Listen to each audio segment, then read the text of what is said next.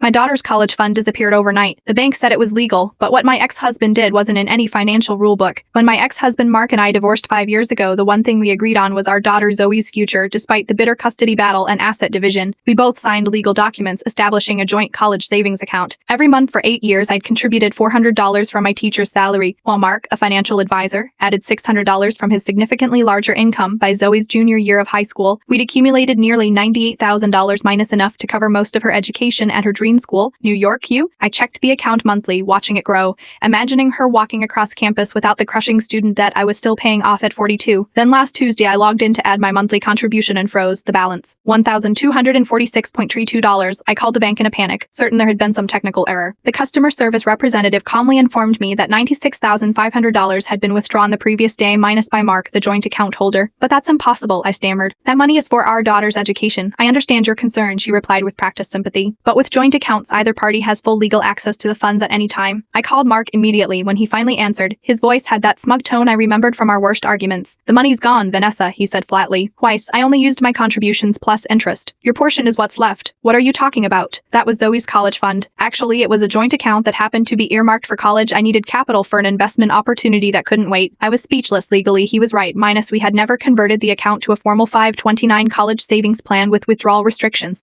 It was simply a joint savings account with both our names on it. A loophole he, as a financial advisor, had likely planned from the beginning that night. I had to tell Zoe her college fund was gone. She didn't cry. She just stared at me with this hollow look that was somehow worse. "Dad really did that?" she kept asking. I contacted 3 lawyers the next day. All confirmed what the bank had said minus legally. Mark had done nothing wrong. I was devastated imagining Zoe graduating with the same mountain of debt I had fought so hard to protect her from. 2 days later, I received a call from an unfamiliar number. It was Patricia, Mark's new wife of 3 years. "Vanessa, I just found out what Mark did," she said, her voice tight. "I had no idea he withdrew Zoe's college money." I braced myself for her defense of him, but what came next stunned me. "I am a co-signer on our investment account," she continued. "This morning I withdrew $96,500 and opened a 529 plan in Zoe's name with me as the custodian. Mark can't touch it now, he's furious," she added with a hint of satisfaction. "But what he did wasn't just legally questionable minus, it was morally reprehensible. I have a daughter from my first marriage too. I know what that money means." Yesterday, Zoe received official documentation of her new college fund minus now properly protected in a 529 plan that requires both Patricia's and Zoe's signatures for any withdrawals. Mark has been calling non-stop, threatening legal action against his own wife. But Patricia, it turns out, is not just a stepmother who stepped up minus, she's also a contract attorney who documented everything. Sometimes the loopholes people exploit to hurt others become the very gaps through which unexpected allies appear, and sometimes the fine print that fails to protect you finds its way into more capable hands. Zoe starts college tours next month. Patricia is coming with us.